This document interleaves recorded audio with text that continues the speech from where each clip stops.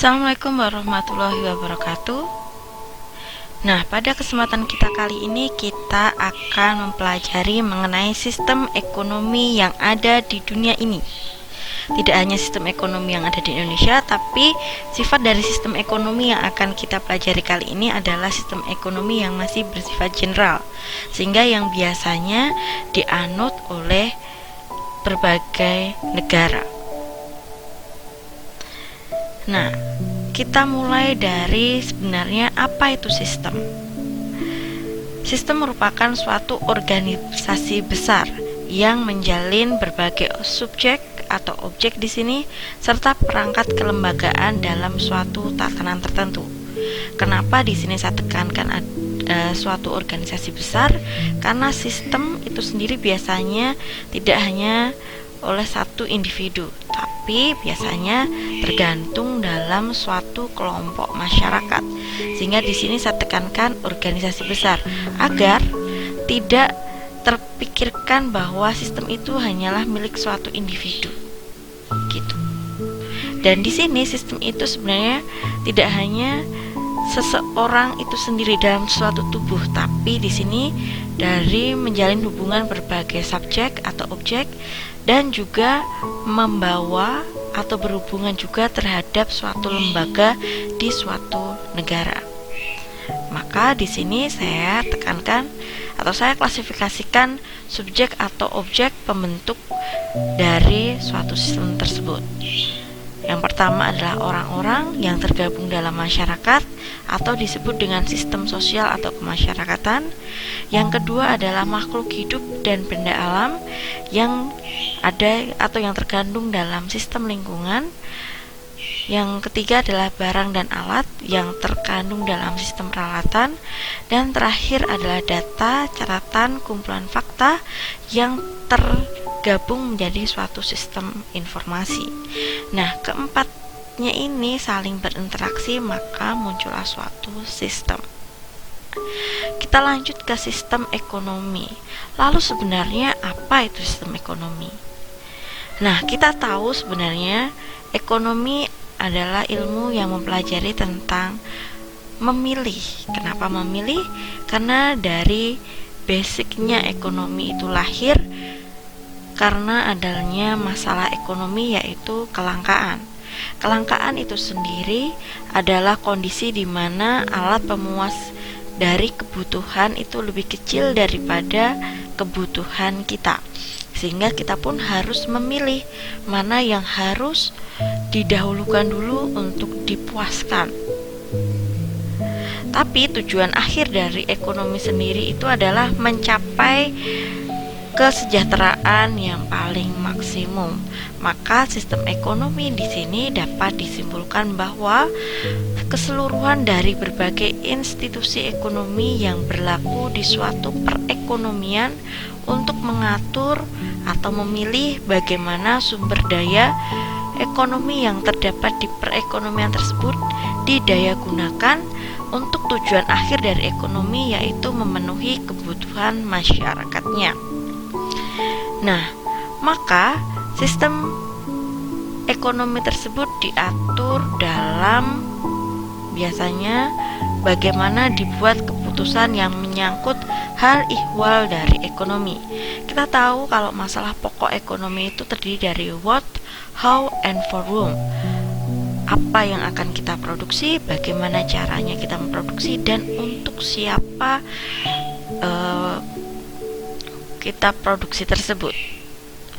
Lalu, bagaimana sumber daya ekonomi itu dikelola agar dapat memenuhi kebutuhan masyarakat. Jadi, yang diatur dalam sistem ekonomi biasanya ada dua hal tersebut. Bagaimana dibuat keputusan yang menyangkut hal ihwal ekonomi, and then bagaimana sumber ekonomi dikelola agar dapat memenuhi kebutuhan masyarakat. Nah, kedua hal tadi sebenarnya tercantum dalam biasanya peraturan perundang-undangan dan atau berlaku pada kebiasaan di dalam masyarakat dalam penggunaan sumber daya yang ada. Nah, selanjutnya kita mempelajari lebih jauh lagi mengenai sistem ekonomi. Nah, di sini ada suatu perkara, biasanya kita itu suka jumruh, suka bingung membedakan sebenarnya ini sistem ekonomi atau sistem-sistem yang lainnya. Karena dalam suatu negara itu ekonomi dan politik biasanya sering berdampingan. Makanya kita sering bingung membedakan sebenarnya itu tuh yang dimaksud dengan sistem ekonomi atau sistem politik. Maka di sini kita bersihkan konsep dulu sebenarnya yang mana sih sistem ekonomi itu. Nah, di sini saya bagi menjadi kutub A dan kutub B. Kutub A dan kutub B ini sebenarnya untuk menentukan titik ekstrem. Ekstrem kanan atau ekstrem kiri. Biasanya kan seperti itu dalam suatu sistem. Dikatakan, kadang ideologi pun dikatakan ideologi kanan atau ideologi kiri. Dan di sini pun saya pun membedakan kutub A dan kutub B. Dan di sini ada suatu tabel yang di sini pun juga ada perbedaannya. Kita perhatikan dulu tabel yang berisi konteks pengkutupan. Di sini ada ideologi politik, rezim pemerintah, penyelenggaraan kenegaraan, struktur birokrasi, ideologi ekonomi, dan pengelolaan ekonomi. Yang sering jumruh itu adalah di ideologi politik dan ideologi ekonomi. Nah, di sini kita bahas dulu tentang ideologi politik. Di dalam kutub A itu ada liberalisasi, sedangkan titik ekstrim yang sebelah adalah komunis. Dan di sini biasanya ideologi politik itu dimasukkan dalam ideologi ekonomi, padahal itu jelas berbeda konteks pengutupannya. Banyak yang mengatakan sistem ekonomi apa yang berada dalam suatu negara tersebut. Sistem ekonominya komunis. Oh, tunggu dulu, itu bukan sistem ekonomi, tapi itu adalah ideologi politik. Atau lagi di sini juga pada saat kita membahas rezim pemerintahan, banyak yang mengatakan di situ tuh sistem politiknya apa? Demokrasi. Sorry, itu adalah rezim pemerintahan. Rezim pemerintahan di sini ada demokrasi dan ada otokrasi. Maka langsung saja ke sini. Fokus kita sebenarnya ada di sini.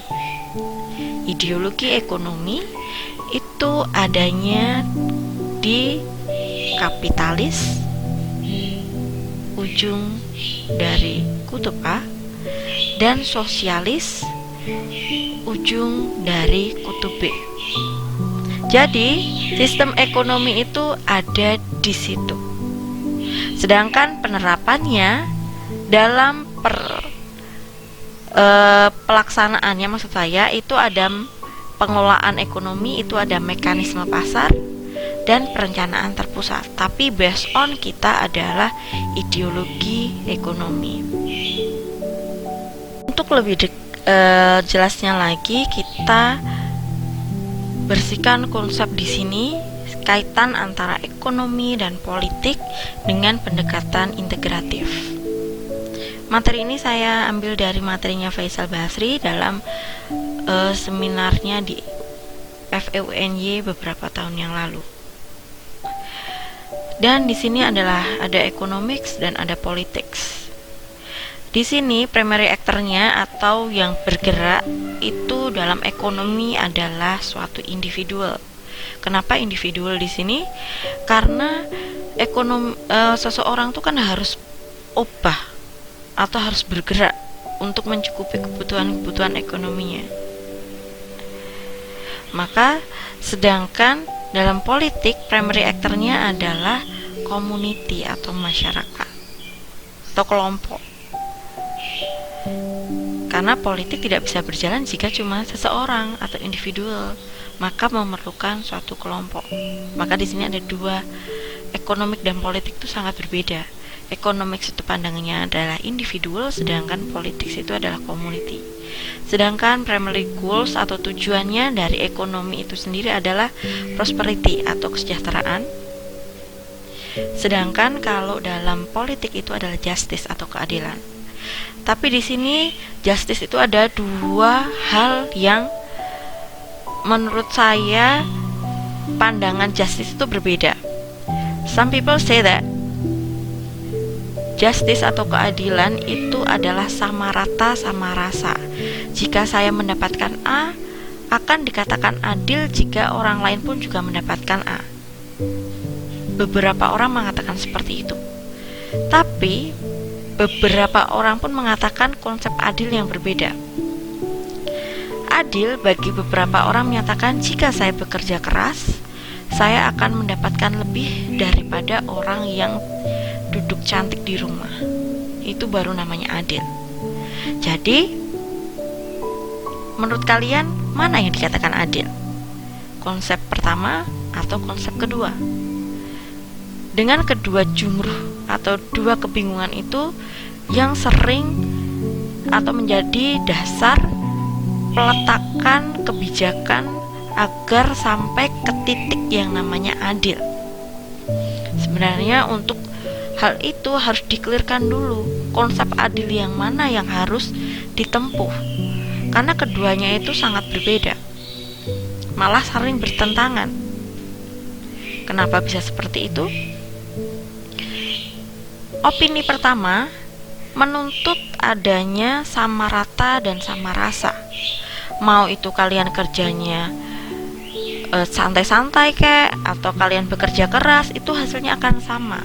Sedangkan konsep yang kedua itu jika kalian bekerja keras, tentu kalian akan mendapatkan hasil yang lebih daripada orang yang tidak bekerja keras. Itu yang namanya justice. So, you can choose. Lalu, yang selanjutnya adalah institution itu ada beberapa tujuannya, atau growth, stability, dan efisiensi.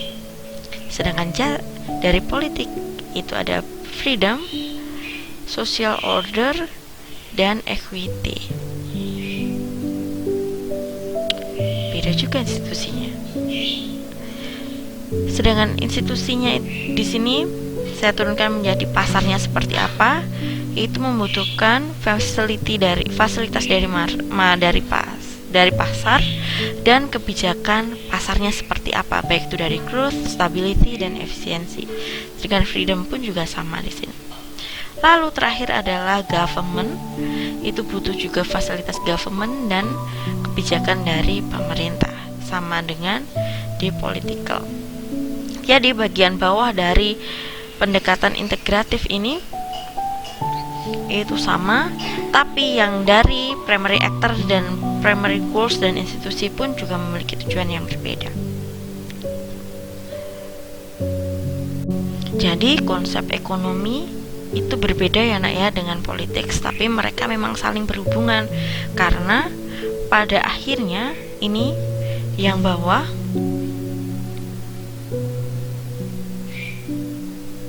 mulai sini itu memiliki kebutuhan yang sama, tapi walaupun di atasnya itu berbeda goals, berbeda aktornya, dan institusinya pun juga berbeda. So, saya tekankan lagi di sini, sistem ekonomi itu dapat dibedakan. Sebelumnya saya tekankan dulu, sudah jelas ya tadi ya, sistem ekonomi itu berbeda dengan sistem politik. Dan di sini kita langsung membedakan sistem ekonomi itu apa saja. Nah, di sini akan saya bikin suatu kurva atau grafik di sini. Di sini ada perencanaan. Yang merencanakan itu siapa? Dan ada juga kepemilikan, yang memiliki aset sumber daya yang ada itu siapa?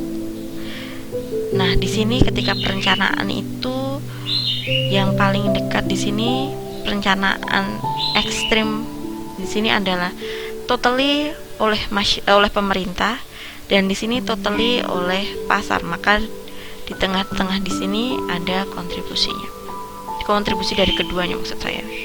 Dan di kepemilikan di sini pun ada swasta dan ada negara atau etatisme.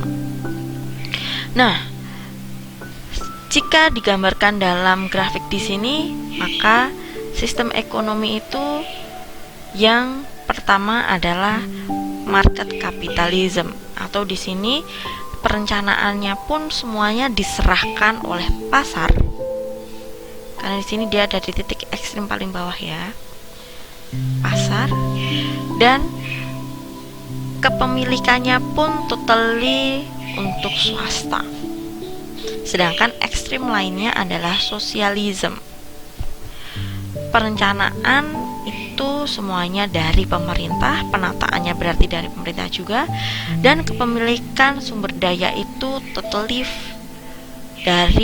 oleh pemerintah atau negara. Dan dari keduanya ini nanti dibagi oleh welfare ekonomi dan market socialism. Dan semakin ke kiri atau semakin ke atas maksud saya, itu adalah ideologinya adalah ideologi kiri, dan semakin ke sini pun disebut ideologinya ideologi kanan. Makanya banyak yang mengatakan bahwa sosialisme itu termasuk ke ideologi kiri. Karena tadi kalau kita runtut di tabel pembagian kutub, itu kan sosialisme itu satu kutub dengan komunisme. Sedangkan komunis itu kan cenderung dikatakan ideologi kiri. Dan ekstrimnya berarti adalah ideologi kanan, yaitu market kapitalisme. Nah, selanjutnya untuk lebih detailnya saya akan bahas satu persatu dari sistem ekonomi tersebut. Yang pertama adalah sistem ekonomi kapitalis. Sistem ekonomi kapitalis ini sebenarnya menggunakan teori-teori dari Adam Smith. Di sini misalnya ada sebuah gambaran masyarakat itu cenderung menuntut adanya kuliah gratis dan lain sebagainya. Tapi biasanya kaum kapitalis itu cenderung mengatakan you just want free stuff. Kalian tuh hanya pengennya itu sesuatu yang free. Tuh, karena kapitalis ini tuh cenderung dikuasai oleh kaum kapitalis tentunya. Dan ciri dari sistem ekonomi kapitalis ini yang pertama adalah mengakui hak pribadi. Kenapa bisa seperti itu? Karena kepemilikan dari sistem negara yang menganut sistem ekonomi kapitalis ini cenderung menggunakan atau kepemilikannya diserahkan kepada swasta, maka hak kepemilikannya pun cenderung pribadi. Lalu kebebasan berusaha dan kebebasan memilih, karena perencanaan itu pun juga diserahkan oleh pasar seperti pada grafik tadi, sehingga kita bebas untuk berusaha dan bebas untuk memilih. Selanjutnya, motif kepentingan diri sendiri, karena kita dibebaskan untuk bergerak, maka kita pun juga dapat mementingkan diri kita sendiri.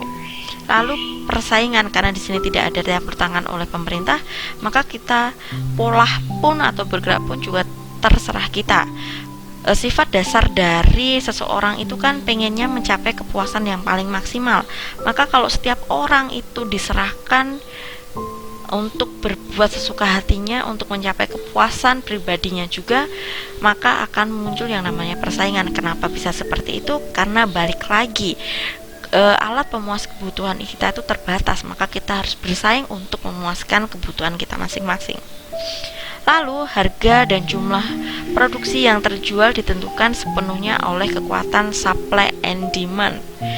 Nanti akan kita perjelas di mikro tentang konsep tersebut. Lalu peranan terbatas dari pemerintah. Bahkan untuk sistem kapitalis ini dapat dikatakan pemerintah itu zero action, atau kita cenderung mengignore pemerintah untuk masuk dalam sistem perekonomian. Nah, sebenarnya dari ciri-ciri tersebut melahirkan suatu sifat dari masyarakat itu sendiri. Nilai-nilai yang berkembang dalam masyarakat itu cenderung individualism. Yang kedua adalah kemajuan material, karena kita harus berjuang, makanya kita gimana caranya untuk mencapai kemajuan material. Dan terakhir adalah rasionalitas, kita harus berpikir untuk mencapai hal tersebut. Selanjutnya adalah kekuatan dan keterbatasan ekonomi kapitalisme. Kelemahan dari mekanisme pasar yaitu persaingan bebas atau free fight berakibat ketimpangan distribusi pendapatan. Yang kuat yang akan menang dan akan memiliki pendapatan yang banyak, sedangkan yang lemah ya cenderung akan memiliki pendapatan yang sedikit. Lalu adanya trade-off antara tujuan efisiensi dan keadilan. Nah, saya tuh sebenarnya agak sensitif membahas keadilan karena kita mungkin ada beberapa hal yang berbeda dengan konsep keadilan. Makanya di sini ada trade-off efisiensi dan keadilan. Keadilan di sini yang sama rata sama rasa tadi. Bagi efisiensi berarti kan tidak sama rata sama rasa. Yang bisa lebih cepat geraknya ya efisien, yang tidak bisa ya tidak gitu. Makanya ada trade off di sini. Yang keadilan di sini dimaksudkan cenderung yang sama rata sama rasa atau konsep keadilan yang pertama tadi. Yang ketiga adalah dalam kebijakan politik, penerapan mekanisme pasar mengarahkan pada kebijakan imperialisme ekonomi. Nah, ini adalah kebijakan kapitalistik yang telah diterapkan di Indonesia. Yang pertama adalah penghapusan berbagai subsidi pemerintah. Sekarang udah mulai ya, BBM sudah dikurangi subsidinya, listrik sudah dikurangi subsidinya secara bertahap, dan diserahkannya ke mekanisme pasar membuat harga-harga itu cenderung fluktuatif dan cenderung meningkat. Karena kenapa meningkat? Karena supply dari BBM dan listrik itu kan cenderung tetap, sedangkan permintaan dari BBM dan listrik itu kan semakin bertambah, mengakibatkan demand bertambah dan supply-nya tetap, so price-nya meningkat gitu. Lalu yang kedua adalah kurs diambang secara bebas atau floating rate, so dengan LOI dengan EMF tentunya. Lalu privatisasi BUMN yang membuat sektor kepemilikan umum migas, tambang, kehutanan dikuasai oleh swasta. Padahal dalam amanat undang-undang pun sebenarnya yang berkaitan dengan hajat hidup orang banyak itu kan dikuasai oleh pemerintah atau dikelola oleh pemerintah. Tapi sekarang ada privatisasi BUMN sehingga kapitalis di Indonesia pun semakin berkembang jaya sentosa. Lalu yang keempat adalah bobroknya lembaga keuangan dan masuknya Indonesia ke dalam jerat utang.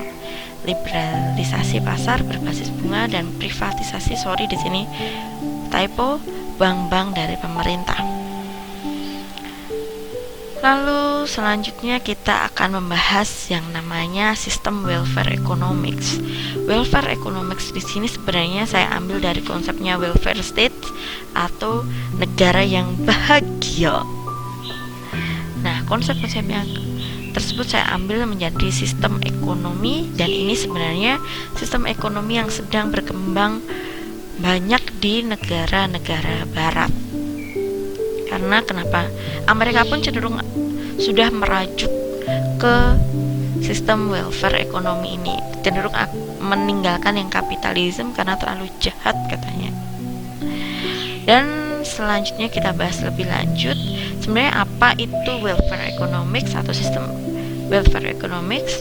Di sini ada beberapa ahli yang mengatakan welfare state sebenarnya, tapi saya adopt ke welfare economy di sini. Di sini ada Westrate yang digagas pada tahun 1952 mengutarakan bahwa welfare economics itu merupakan tata tertib perekonomian di dalam mana banyak dikerjakan oleh pemerintah untuk kemakmuran rakyat. Jadi based on-nya di sini pemerintah itu bertanggung jawab untuk kemakmuran rakyat. Lebih jelasnya lagi diterangkan oleh Scotland, menegaskan bahwa negara demokrasi barat yang modern di mana kekuasaan negara dengan sengaja digunakan untuk membatasi kebebasan yang dilakukan oleh kekuasaan ekonomi dan politik agar supaya dapat mencapai redistribusi hasil pendapatan atau distribusi pendapatan, gizi, kesehatan, perumahan, dan pendidikan bagi setiap warga negara, serta standar minimum ini diberikan sebagai hak politik dan bukan sebagai amal. Kenapa di sini ditekankan amal? Karena sebenarnya Adam Smith itu sudah mengatakan bahwa pada akhirnya kapitalis itu cenderung juga ada sistem amalnya. Kalian bisa baca lebih lanjut lagi di buku-buku terbit atau berbau kapitalis. Di situ ada buku tapi saya lupa judulnya, nanti saya akan notif bukunya apa, saya cari dulu.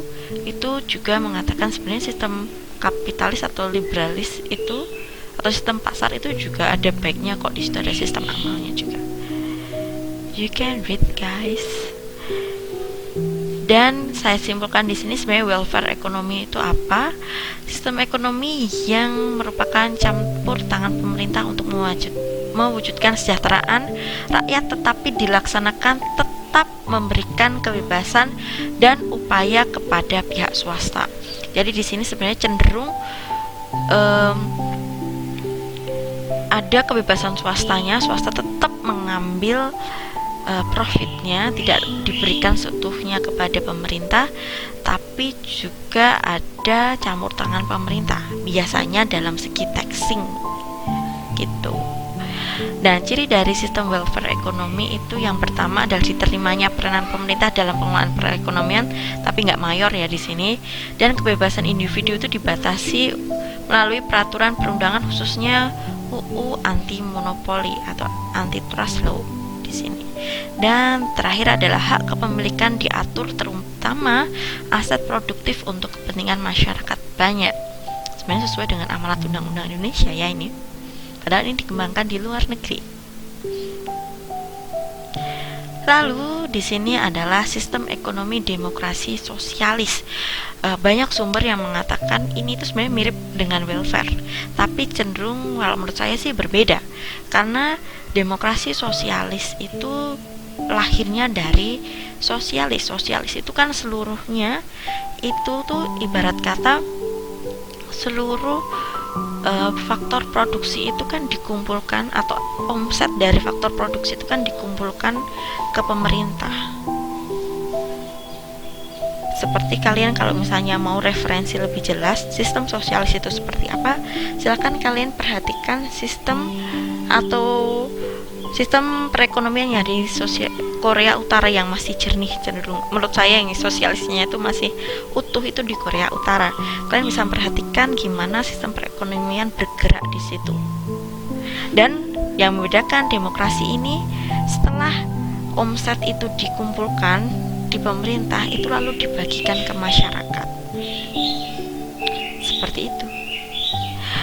Maka ciri dari ekonomi demokrasi sosialis itu kekuatan otoritas dari pemerintah itu sudah berkurang. Maka kalau yang sosialis itu kan ekstrim, totally itu pemerintah, sedangkan di sini itu sudah berkurang.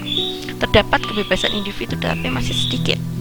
Peran pemerintah itu cenderung lebih besar, misalnya ketentuan upah minimum, perlindungan usaha, konsumen dan pekerja, dan lain sebagainya.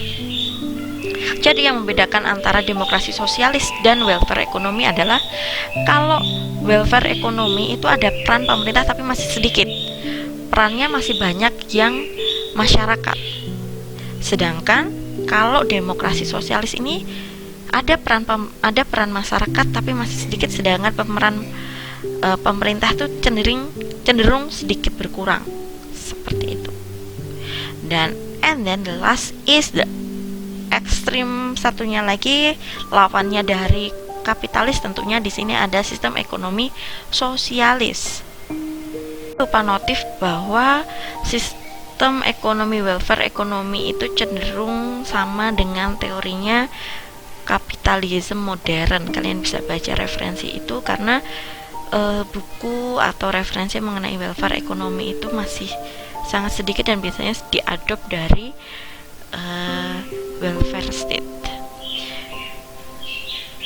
Dan sistem ekonomi sosialis ini tentunya itu sebelumnya yang demokrasi sosialis itu cenderung sistem bagian dari sistem ekonomi sosialis itu kan terbagi menjadi dua, yaitu sosialis marxis itu yang ini, dan sosialis demokrat itu yang demokrasi sosialis tadi. Dan kita fokus on sistem ekonomi sosialis sekarang.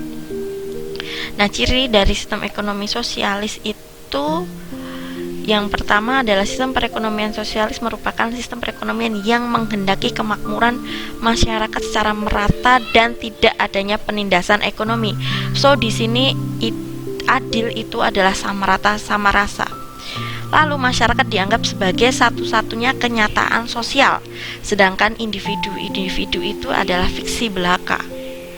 Kalian tuh nggak ada, nak. Kalian tuh hanyalah disebut satu kelompok masyarakat, tapi kalian tuh ide individu kalian tuh hanya fiksi. Kalian tidak dianggap sebagai seorang individu di sini, dan tidak ada pengakuan atas hak-hak pribadi dalam sistem sosialis, karena kita tahu tadi kepemilikan totally dalam sistem sosialis ini adalah pemerintah. Jadi kalian hidup di suatu negara itu, kalian tuh tidak punya aset. Gambarnya kayak seperti itu. Maka omset kalian pola kalian kerja itu semuanya akan diambil oleh pemerintah. Dan biasanya perusahaan-perusahaan pun itu dimiliki oleh pemerintah, sehingga semua omset masuk ke pemerintah gitu. Dan pemerintah bertindak aktif mulai dari perencanaan, pelaksanaan hingga tahap pengawasan. Alat-alat produksi dan kebijakan ekonomi semuanya diatur oleh negara. Pola produksi aset dikuasai oleh masyarakat, melahirkan kesadaran kolektivisme masyarakat sosialis. Segala keputusan mengenai jumlah dan jenis barang ditentukan oleh pemerintah. Harga-harga dan penyaluran barang dikendalikan oleh negara. Semua warga masyarakat adalah karyawan bagi negara. That's why saya bilang tadi perusahaan semuanya adalah miliknya si pemerintah, sehingga kalian itu hanyalah karyawan. Dan di sini ada dampak dari sistem ekonomi sosialis baik positif dan negatif. Positifnya adalah semua kegiatan dan masalah ekonomi dikendalikan pemerintah sehingga tidak ada gejolak dalam perekonomian. Lalu tidak ada kesenjangan ekonomi antara si miskin dan si kaya karena distribusi pemerintah dapat dilakukan dengan merata. And then pemerintah bisa lebih mudah melakukan peraturan terhadap barang dan jasa akan diproduksi sesuai dengan kebutuhan masyarakat. And the last is, pemerintah lebih mudah ikut campur dalam pembentukan harga. And then negatif, teori pertentangan kelas tidak berlaku umum dan tidak ada kebebasan memilih pekerjaan, maka kreativitas masyarakat terhambat, produktivitas menurun, produksi dan perekonomian akan mandek karena kalian tidak bisa bergerak. Lalu tidak ada insentif untuk kerja keras. Yang kerja keras petakilan juga hasilnya sama dengan yang ongkang-ongkang duduk manis, seperti itu. Lalu tidak menjelaskan bagaimana mekanisme ekonomi. Karl Marx hanya mengkritik keburukan kapitalis, tapi tidak menjelaskan mekanisme yang mengalokasikan sumber daya di bawah sosialisme. Dan kita sudah selesai membahas tentang sistem ekonomi. Lalu menurut kalian, jika kalian itu seorang pengambil keputusan, menurut kalian mana sistem ekonomi yang paling tepat dilakukan saat ini? Tuliskan pada kolom komentar yang ada di YouTube channel saya ini. Terima kasih. Wassalamualaikum warahmatullahi wabarakatuh.